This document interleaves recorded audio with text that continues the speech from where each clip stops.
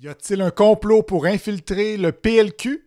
C'est une question qu'on peut se poser en lisant toutes les nouvelles autour de Nicolas Tétrault, ce candidat à la chefferie du PLQ, en tout cas il veut être candidat à la chefferie du PLQ. On l'a pu l'entendre en entrevue là, récemment, j'en ai parlé à la radio hier. Là, la première chose qu'il dit, pourquoi il veut se présenter au PLQ, par opportunisme. Ensuite de ça, on apprend qu'il a déjà été candidat pour le PQ, le Bloc, voté oui au référendum de 95, et il refuse de se dire fédéraliste. Ça devrait pogner beaucoup ça auprès de l'électorat du Parti libéral du Québec, pour qui c'est la dernière chose, les derniers électeurs du PLQ, c'est parce qu'ils ont peur de l'indépendance. D'ailleurs, Denis Coderre mise beaucoup là-dessus. Là, encore ce matin, il y avait une entrevue avec lui où il disait que après son AVC, il s'est rendu compte qu'il y avait un combat encore à mener, puis c'était le combat contre les indépendantistes. Donc, revenons à Nicolas Tétrault. Il a dit aussi qu'il voulait fusionner le Parti libéral du Québec avec le Parti conservateur du Québec d'Éric Duhaime. Éric Duhaime n'a pas trop l'air intéressé par cette idée-là. Mais là, on apprend ce matin dans Le Devoir qu'en plus de ça, il est climato-sceptique parce qu'il a partagé une vidéo sur le CO2 sur Facebook avec comme sous-titre « Le réchauffement planétaire et les changements climatiques n'existent pas, c'est de la propagande ». Donc, climato-sceptique. Et aussi, il partage des vidéos de Robert F. Kennedy Jr., le candidat aux élections américaines, mais qui est surtout connu pour être un très, très puissant porte-étendard du mouvement anti-vaccin aux États-Unis. Donc, il est assez sauté de la calotte, RFK. Alors, il semble partager ses vidéos à lui aussi. Et pour se défendre, il dit « Je crois que je ne suis pas un conspirationniste. Je crois que je suis quelqu'un qui essaie de mettre le plus d'idées sur la table. » C'est bien beau d'écouter toutes les idées, mais des fois, quand c'est des idées qui sont basées sur de la désinformation, sur n'importe quoi, c'est pas nécessaire de les mettre sur la table, ces idées-là. Donc, moi, je me demande s'il n'y a pas justement un petit complot là, dans cette histoire-là. Le gars doit vouloir faire parler de lui pour nous vendre des bébelles un moment donné, ou je sais pas, là, pour faire parler du Parti conservateur parce qu'il veut le fusionner avec le PLQ. Aucune idée. Ça se peut pas être si déconnecté que ça de la réalité, puis penser qu'il y a peut-être des chances d'être chef du PLQ avec des propos comme ça. Donc, on lui souhaite bonne chance quand même. Nicolas Tétrault, futur chef du PLQ, peut-être premier ministre du Québec.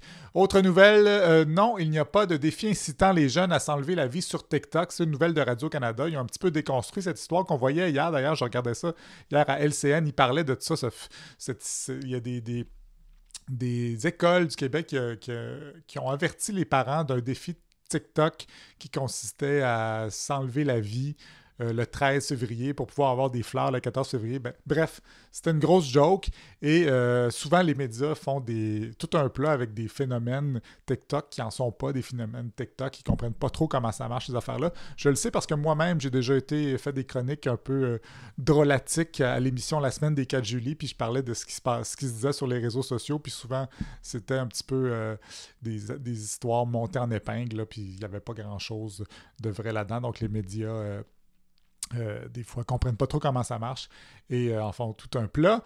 Autre histoire, sur le blog de Richard Etu, mais c'est un peu partout aussi, la leçon d'une victoire démocrate, en fait, c'est que hier, aux États-Unis, on votait pour celui qui allait succéder à George Santos, le républicain qui avait été élu sur des bases tout son CV est inventé, toutes ses histoires sont inventées, c'était absolument n'importe quoi, ce gars-là. Et hier, c'est un républicain, et là, les démocrates ont gagné, donc il va y avoir un démocrate de plus au Congrès. Et Trump a dit que c'était la faute de la candidate républicaine qui était une femme très sotte, toujours sympathique.